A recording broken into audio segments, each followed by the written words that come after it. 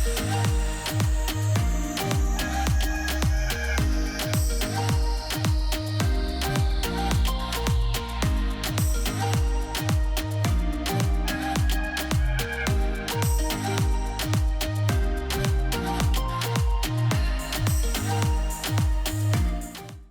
right, hello, thank you all for coming. I want to start off this talk doing a thought experiment. So it's a thought experiment, something you think through in your head to try to learn something about something, and you usually play a hypothetical situation and it reveals information. So I want you to think about an application that you work on that has a database, and think of one that's like very important to whoever it is that's paying you to work on it. So for example, for me, I've worked on a warehouse management system at Stitch Fix that managed our inventory. How much did we pay for it? Who's got it? Where is it? Who did we sell it to, right? Super, super important. So now think about what would happen if the source code of that application disappeared from the face of existence. Gone forever, never to be returned, no backups, no Git repos hanging around anywhere, it's gone. How could you recover from that? So I think you could. I mean, it would be painful, it would take a long time, it would be expensive. But right, you kind of know how the app works, you work on it, you've got users, they kind of know how the app works, you could figure it out. The business people paying you, they know how they want it to work. And you got the database still there, you could piece it together. It would suck, but you could do it. So now take that the other way. Application is fine. The data and the database goes away forever. No backups, no dumps sitting on S3, it's just gone forever and ever, never to be returned. How could you recover from that? So I think that is an extinction level event, right? You would never be able to recover from that. Because the whole reason you have a database is to remember stuff that you can't remember, or to share stuff with other people who need to know it. And that's why it's there. So there is no other way to get that. You can't remember what the data looked like and repopulate it. You would be dead. So what this thought experiment tells me is that the data our applications manage is actually more important than the source code that manages them. Which is interesting, because I don't know about you all, but if I had to guess, we've all spent a lot more time learning about how to write code than we have learning about modeling databases or managing data. I mean, I have 2 degrees in computer science, and I didn't take a single database course there. They did not make me do any of that.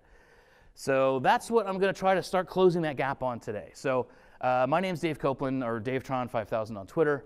How I know anything about this, despite my lack of courses in college about it, was I was lucky enough to work with someone who understood database design, who understood the theoretical computer science that like makes it a real thing.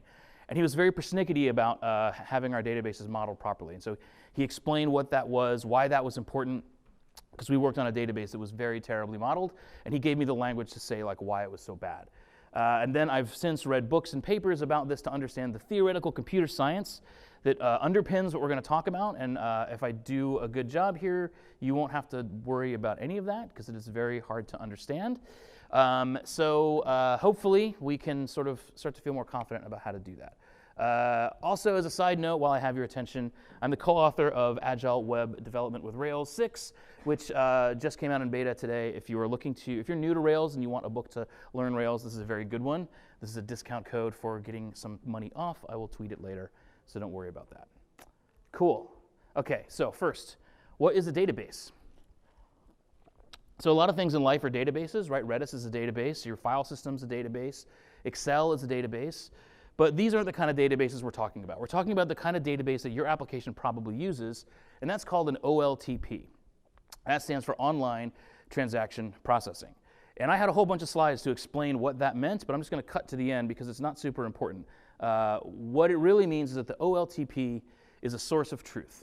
It is the one place where the facts about the world that you care about go. So that database I talked about, how much did we sell this item to someone for? That source of truth, that is in this database of this warehouse management system. It gets copied everywhere. It gets cached for performance. It gets aggregated for business intelligence all over the place. But the source of truth is that database. So therefore, it stands to reason that database design is how we make sure that our database can be trusted to be the source of truth. So think about Excel. If we just put everything in Excel, well, you can put whatever you want in there. So how could you possibly trust that to be the source of truth? Because literally anything can go into it. So the design of the database in Excel does not really make it easy for us to trust it as a source of truth. So this then leads to the first thing that we want to start thinking about is, what are the facts about the world that we want to record? Often we're given a generic business problem to solve or a wireframe to implement. And that's totally fine, but somewhere in there is an implication that we need to capture information and make it available to someone else, to answer some questions. And so that's what we want to put in our database. So those are the facts that we want to record, and we need to understand what those are. Because as we'll see, the active database design is really about making sure you understand the requirements very clearly. And so the first step is to write down what those facts are. So we're going to go through an example database that is going to start out terrible and become better and better, and we'll understand why it's getting better. Because it's very hard to understand this stuff without a running example.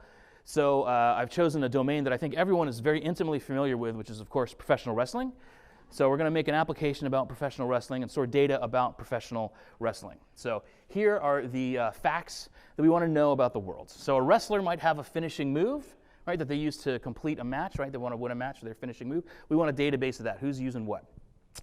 A wrestler might wrestle on a particular show, right? So The Rock might wrestle on SmackDown. Stone Cold Steve Austin wrestles on Raw. We need to know who's wrestling on what show, because not every wrestler wrestles on the same show. Now, a wrestler can also be cleared to wrestle on a particular match of a show. So we want to have The Rock wrestling the main event, because that comes on last. We're going to get a big ratings boost from having him there, so we want to keep track of that in our database. But we might have Zack Ryder, who's less popular, wrestle in the opening match, right? So that needs to be in our database as well. And lastly, on every show in professional wrestling, they're fighting over a title, usually. So on Raw, they fight over the Universal Championship. So we want to keep that in our database as well. Now, you don't have to know anything about professional wrestling to start thinking about how you might solve this problem, how you might model this data, build this application, right? You're good Rails and Ruby developers, so you're going to start looking at all these little nouns that show up, right? Nouns are the key to know what to do. We're going to have our wrestler table, the finishing move attribute, a show table, right? You can start to see it form in your mind, see an object map, an object model kind of form. So, you might do something like this. Okay, we've got our wrestlers table, our shows table. Well, we'll know what shows have what matches by joining them together. And then if we want to know what wrestler wrestles on what show of what match, we'll have another table that sort of brings that all together. Now, if you haven't done a lot of data modeling at all, that probably seemed like incredibly fast and confusing. So from here on out, we're going to go very, very slow. For those of you that have done this before, you might felt like, yeah, by gut, we can just kind of do it. And I've done that many times, and you have a gut feel about how things should relate based on how you understand things. And this data model is not bad. It seems to meet our needs, but it's got some issues. So suppose that Zack Ryder wrestles on the opening match of the show Superstars, right? So we could store that in this model. Now suppose that Superstars doesn't have an opening match. Well, that can also be stored in this model. So which is it, right? We have a data model that allows us to store two pieces of information that don't agree. So that's not good, right? We don't want to have that situation. And if that's the case, then we can't rely on this to be the source of truth. So what that type of thing is called an anomaly. So an anomaly in the data model prevents the storage of certain facts, or allows ambiguity to exist, like we just saw, or requires deleting one fact in order to delete another fact. We'll see some more specific examples of these later, but the takeaway here is that a data model that has anomalies can't necessarily be trusted to be the source of truth, because it allows you to store wrong information or not store right information. And so normalization is the process by which we remove anomalies from our design. This sounds very formal, and formality is kind of obtuse sometimes, but it actually is going to be very helpful, because what we're going to see is a little bit of formality allows us to make very strong statements about the changes we're going to make to our data model, and that therefore gives us confidence that we're improving the quality of our data model. So like I said, we're not going to get into a ton of math, but I am going to use a few of the terms from this area of research, mostly so if you actually want to know more about it, you know what the words are to start kind of Googling and start your search towards the great depth of knowledge here. So normalization is a process we're going to learn about here. Normal forms are mathematical truths about the data model that tell us what sort of anomalies have been removed. So normal forms have an order, lower to higher. So a lower normal form is open to more anomalies, i.e. it is a worse data model, i.e. it cannot be trusted to be the source of truth. A higher, more normalized data model has fewer anomalies, and therefore can more be trusted to be the source of truth. So normalization is doing that. Promise there's not going to be a ton of math. So let's get back to our domain here. So instead of trying to make some object graph and attributes and stuff like that, let's just throw everything into Excel and see where that gets us. So here's our data model. We got a column for everything. that we want to store, and we just put some rows in there to kind of keep track of this, right? The Rock's finishing move is the Rock bottom. He wrestles on Raw and SmackDown. Raw is where the Universal Championship is defended, and the Rock wrestles in the main event. Right? So we can store some facts about the world in here. Now, probably nobody thinks this is a good database design, right? But how do we know it's not a good database design? Yeah, we can say it looks gross, or it's ugly, or there's duplication, but we can make much more strong statements about it. And so we're going to go through this process, right? So right now we have kind of whatever, right? We could just put anything we want in there, no rules, can hold anything. That's why it's not a good design. So the first step is going to be to modify our table into what is called a relation. I'll talk about that in a second, but a relation is like the bare minimum of any kind of design of a database, and from there you can start to make real improvements. And the way you make those improvements is actually pretty straightforward. And those improvements will lead us to what is called a normalized schema. And again, it will be in what's called Boyce Codd normal form. Again, that's for Googling. Do not worry too much about that. The point is it will have provably fewer anomalies and therefore provably better and therefore more likely to be relied upon as a source of truth. Okay, so I talked about a relation. What is that? It's going to seem kind of like not much. So a relation is a table that doesn't have any duplicate rows, where every field has a single value in it, and the fields of each column are all of the same type. And this sounds kind of reductive and not that interesting, but this is just the baseline. This is the bare minimum. And if you remember what our Excel spreadsheet looked like, you can already see it doesn't exactly meet these needs here.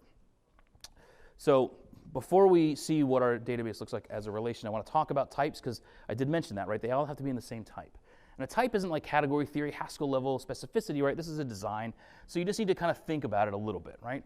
Think about all the names of wrestlers in the world. Think about all the strings in the world. There's more strings than there are wrestler names. So you can see the kind of gist there. So something just really basic. I also want to point out that null is not a value. So therefore, null cannot be an allowed value. So therefore, no field in our database will allow null. Now, we'll talk about what that means later when we actually write code to deal with this data model. But until then, null is not allowed at all. And we won't need it. It's not going to be a thing that we have to worry about. We won't need it. So we know what facts we want to record.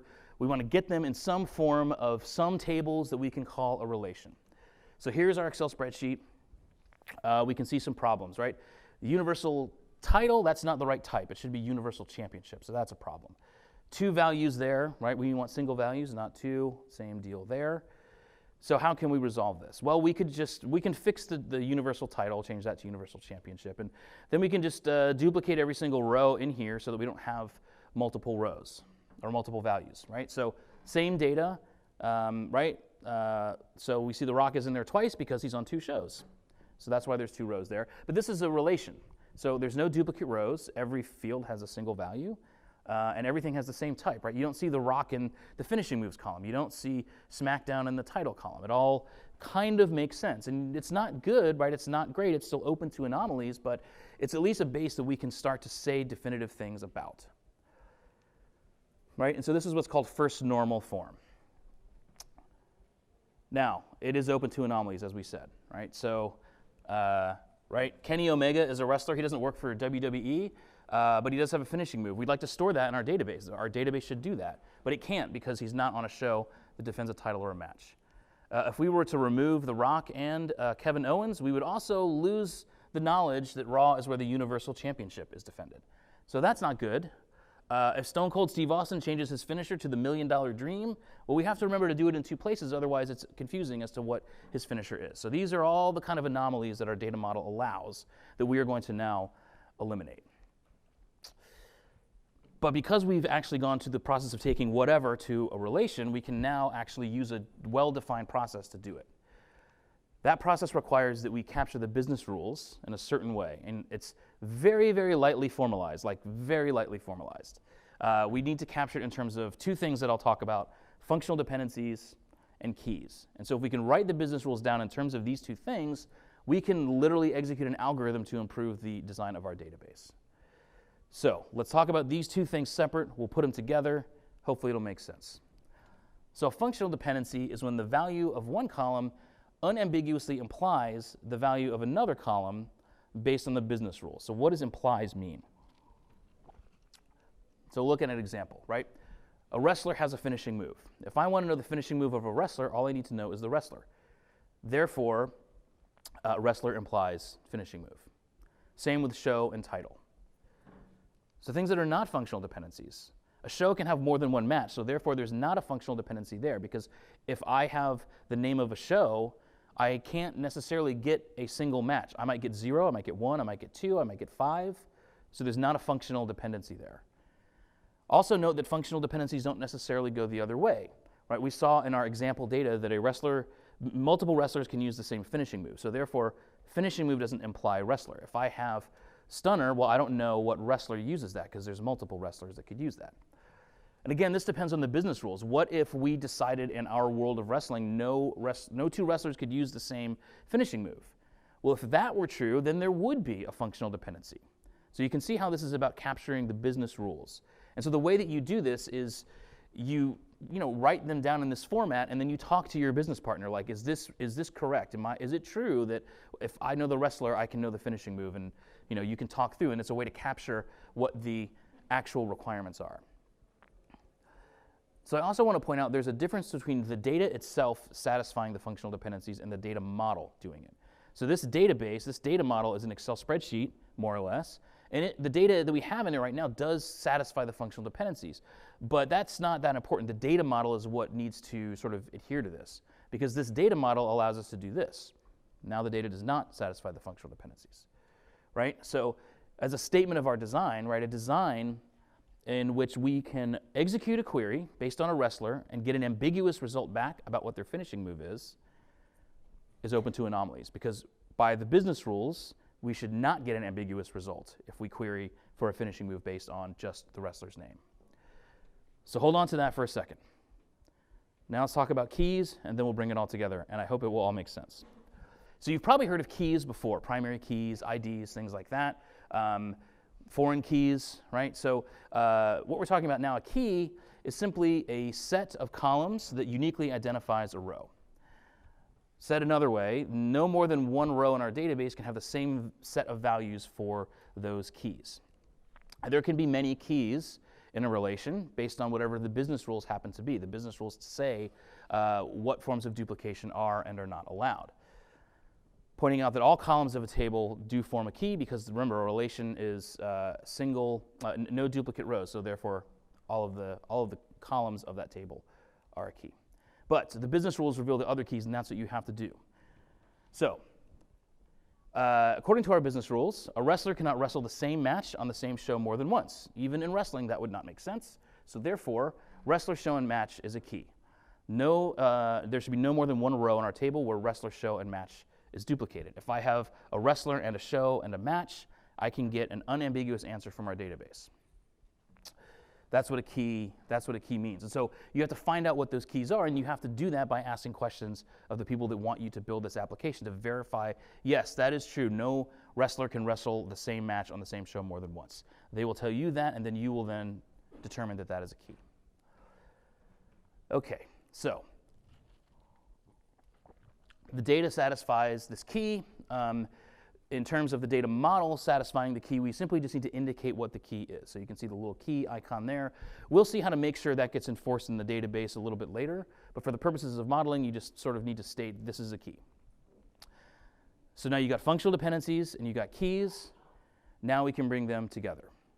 And remember, we did this by understanding the business rules. Looking at the data can help you see what these might be, but this is a way for you to verify that you understand the domain that you're actually building, that you understand what you're trying to accomplish, what problem are you trying to solve. So what are the implications of these two things? So to get unambiguous information, we need a query that gives us 0 or 1 rows. Therefore, we need a key to do that. That's the definition of a key. Now, our functional dependency between wrestler and finishing move tells us that we should be able to get unambiguous information about a wrestler's finishing move simply from just having the wrestler. But the wrestler is not a key. The wrestler is part of a key, but it is not itself a key. So that means that if any query that is just based on wrestler cannot be guaranteed to give us unambiguous results. It could give us ambiguous results. And we saw that, right? I have the wrestler, and what is the rock's finishing move? Well, it depends on which row we're looking at. right? So this is how we know our database is allowing us to store data that violates the business rules, right? The design of our database, because it is allowing us to write queries that return ambiguous results when it shouldn't, does not satisfy the business rules. So how do we solve that?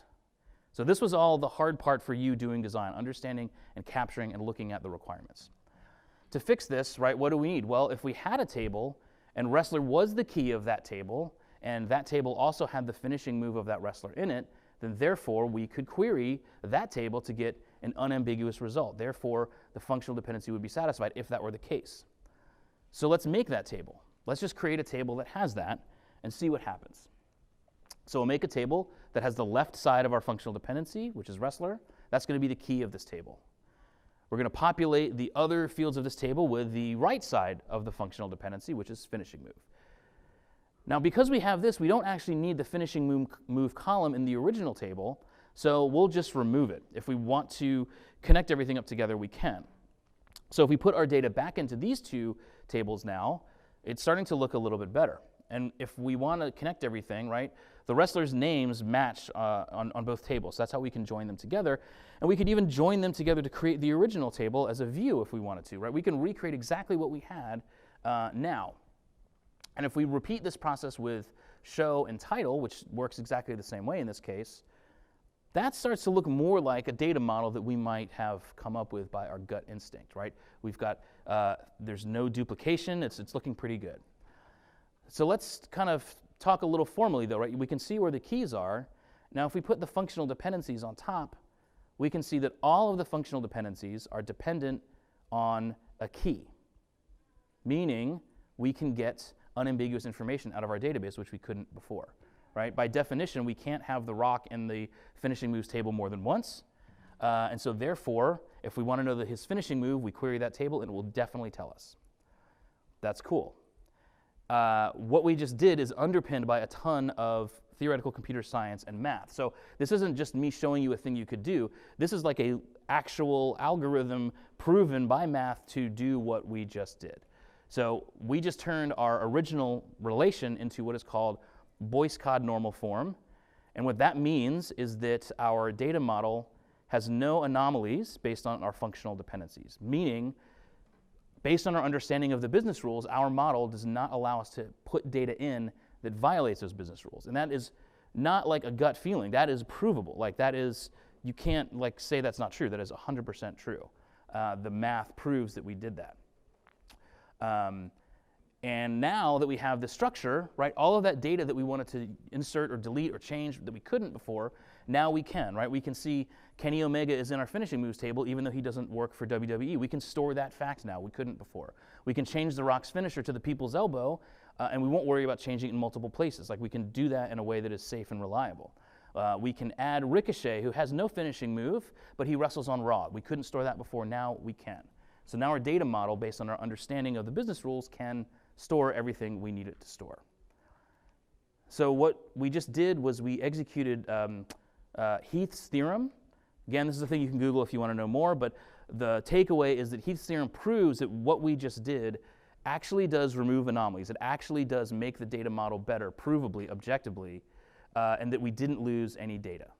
So that was a very safe thing that we did. And there's no debating about it. We don't have to debate the elegance of our model or have gut feelings about it. It's proved that we made it better by doing that. So we wrote down the facts we wanted to record, partly as understanding the business requirements. We made sure that they were in a relation of some kind. In our case, we just put everything in one table, but however many tables you have, they should be at least a relation. And then we wrote down our understanding of the business requirements in terms of functional dependencies and keys. That's the hard part. That's all the thinking. Once you've done that, executing Heath's theorem, you could write a Ruby program to do this. I can show you one that I wrote, right? It just looks at the data model, looks for places where the functional dependencies are not dependent on the key of the table they're in, and redesigns the database to do that. It's mechanical.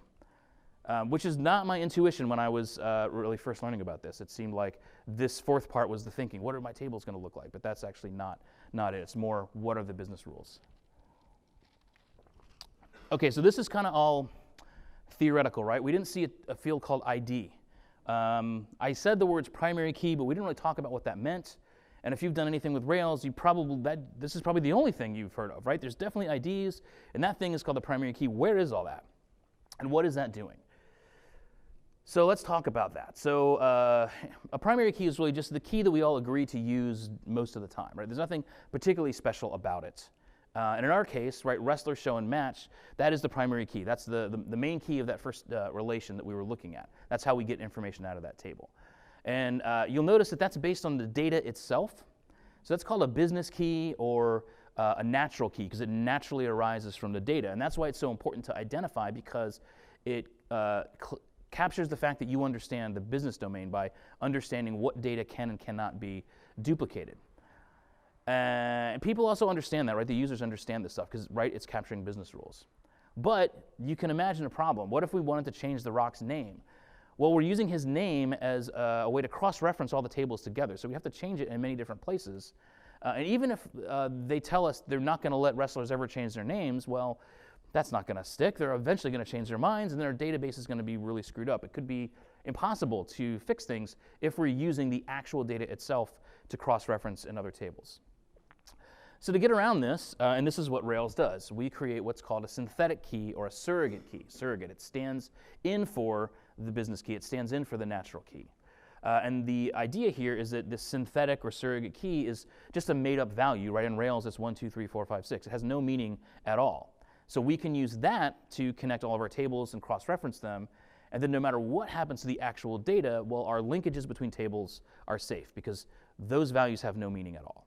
So that's why Rails does this, and it is a very good practice. You should always do this. There's no real reason not to, because these things happen. The data, the rules will change. And we want our data model and how it's implemented in the database to be as resilient to that change as possible. So let's add some synthetic keys to solve this problem. So we're going to take wrestler out of finishing moves and replace that with the wrestler ID. We'll take show out of titles and replace that with show ID. And we'll put the show ID and wrestler ID in our wrestler shows table.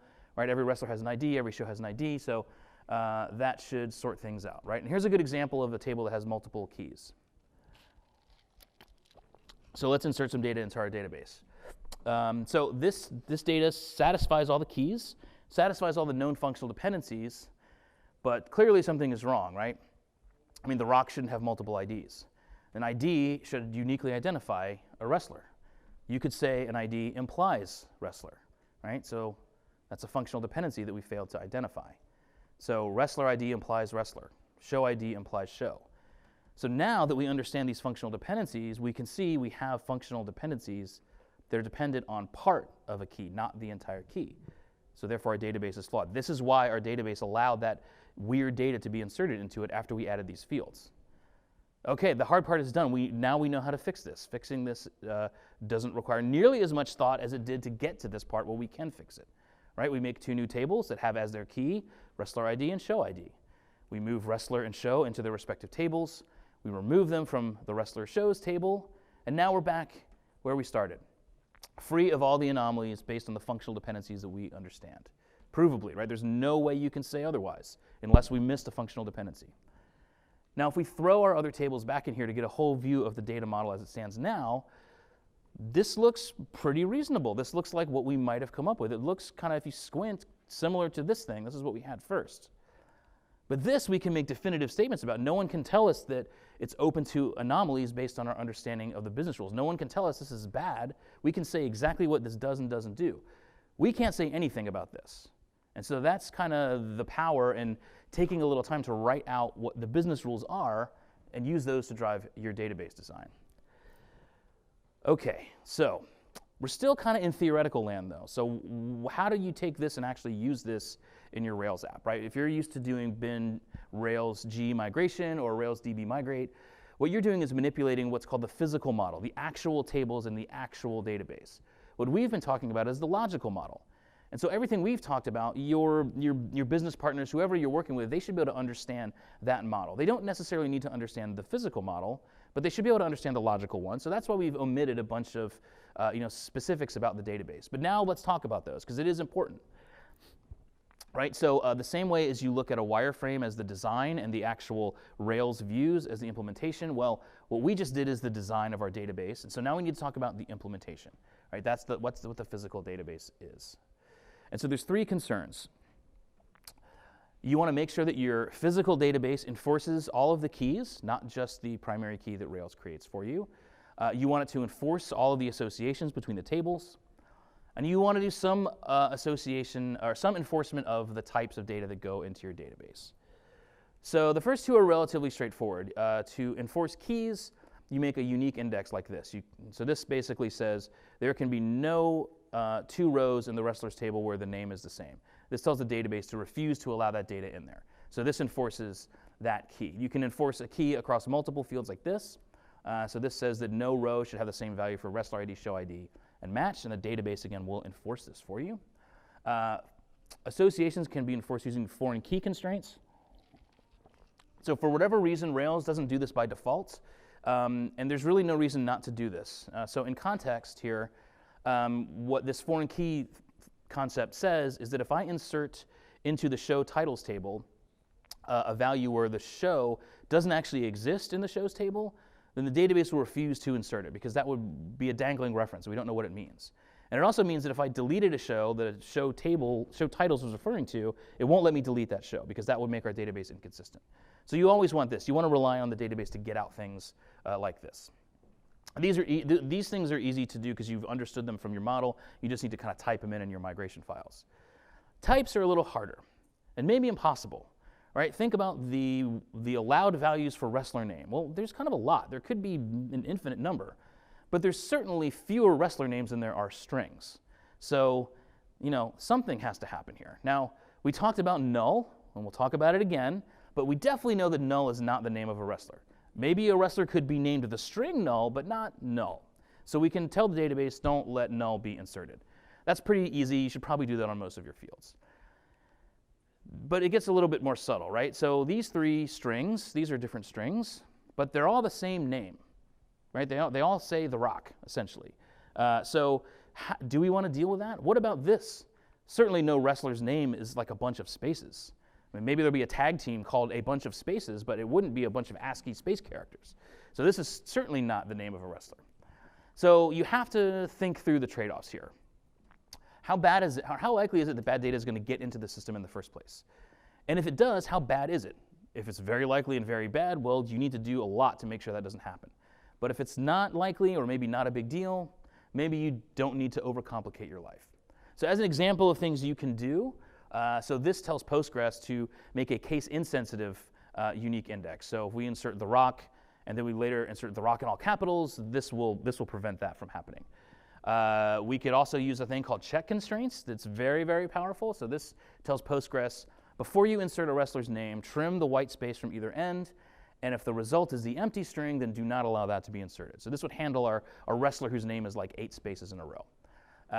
You can go deep on this if you need to. Rails validations, of course, you can do a similar thing. This is a little easier to understand. It's way more powerful, but of course, Rails has to enforce this. You have to tell Rails to enforce this. You can circumvent this easily, so this won't actually prevent it, and uniqueness doesn't exactly work. But again, it's a trade-off, right? How likely is it going to happen? Now, what about null?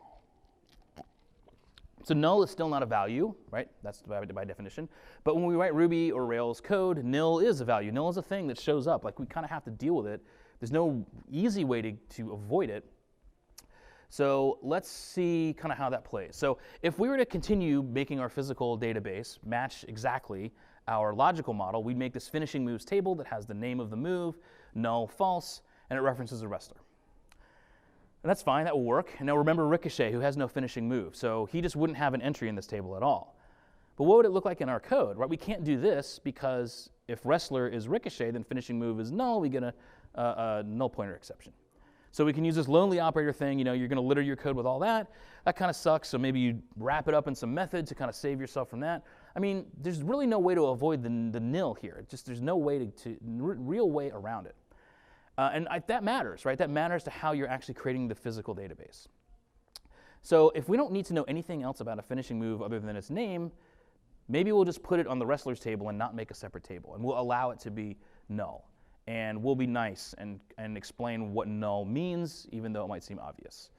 Right? That's a trade-off that you might want to make. This will make the code a lot easier. It's really not making a huge difference to how the database is implemented. And this is the difference between logical and physical. So, general guidance, right? So this kind of summarizes what we just talked about. Create a unique index for all the business keys. You've gone through the trouble of identifying them to figure out your data model. You should have the database enforce them.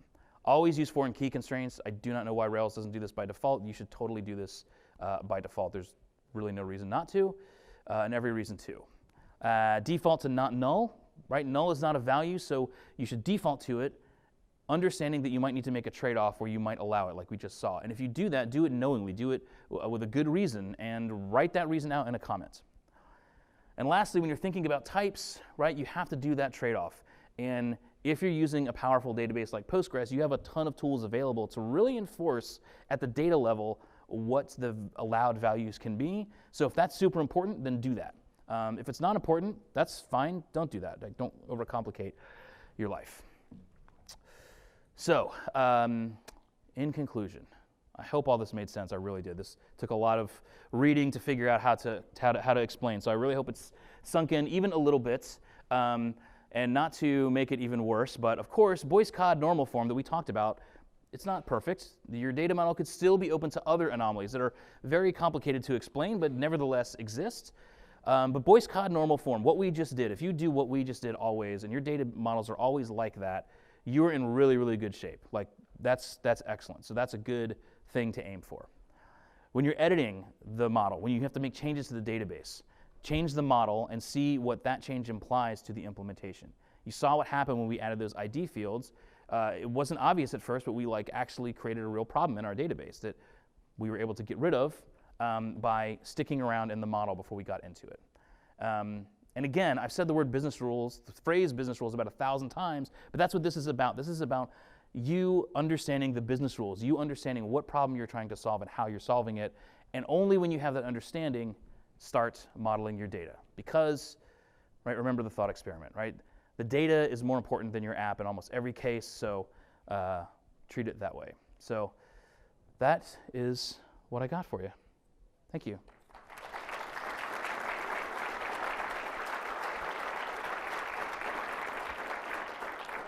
Should we do Q&A? We got a couple minutes for Q&A if anyone has any. Are there situations where you don't want to do Boyce Codd normal form? So making a data model to be the source of truth, I would say probably not.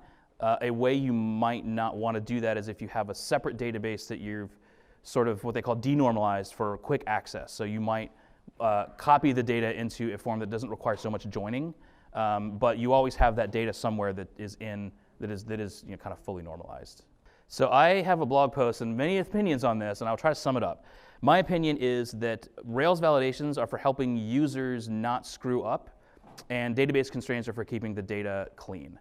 So sometimes you use one and not the other, sometimes you use both, but I definitely don't make them mirror each other, because that doesn't seem like it makes sense, again, to me. But I also know there are some gems you can get that kind of try to keep parity there. Some people do actually like Rails to mirror the database constraints, so it's a little bit of personal style, but for me, why am I making a validation if I have the constraints and I'm not going to write invalid code, right? But anyway, that's a very quick summary of my strong opinions on that. What resources to dig a little deeper? So the Wikipedia articles on this stuff are not bad.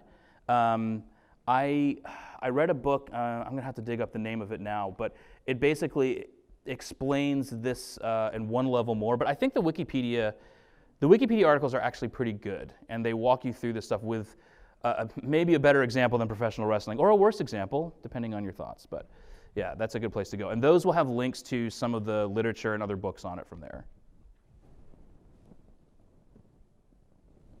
Okay, I don't see any hands, so. All right, thank you all.